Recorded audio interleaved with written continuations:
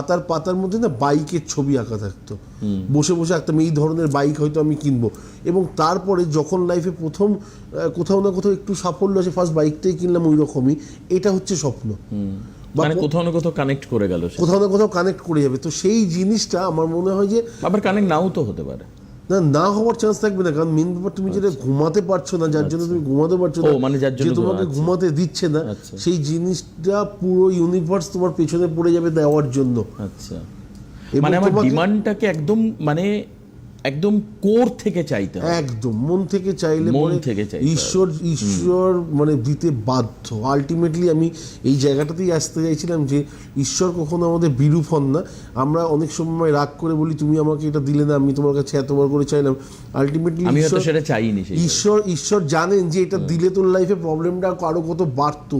আচ্ছা, হ্যাঁ, অনেক সময় প্রেমের ক্ষেত্রে হয়, আমি এমনিটাকে বিয়ে করতে পারলাম না, ওই ছেলেটা আমার লাইফে আসলো না, প্রভু তোমার কাছে তো চেয়েছিলাম, তুমি আমার জীবনটা পুরো নষ্ট করলে না, একদমই না।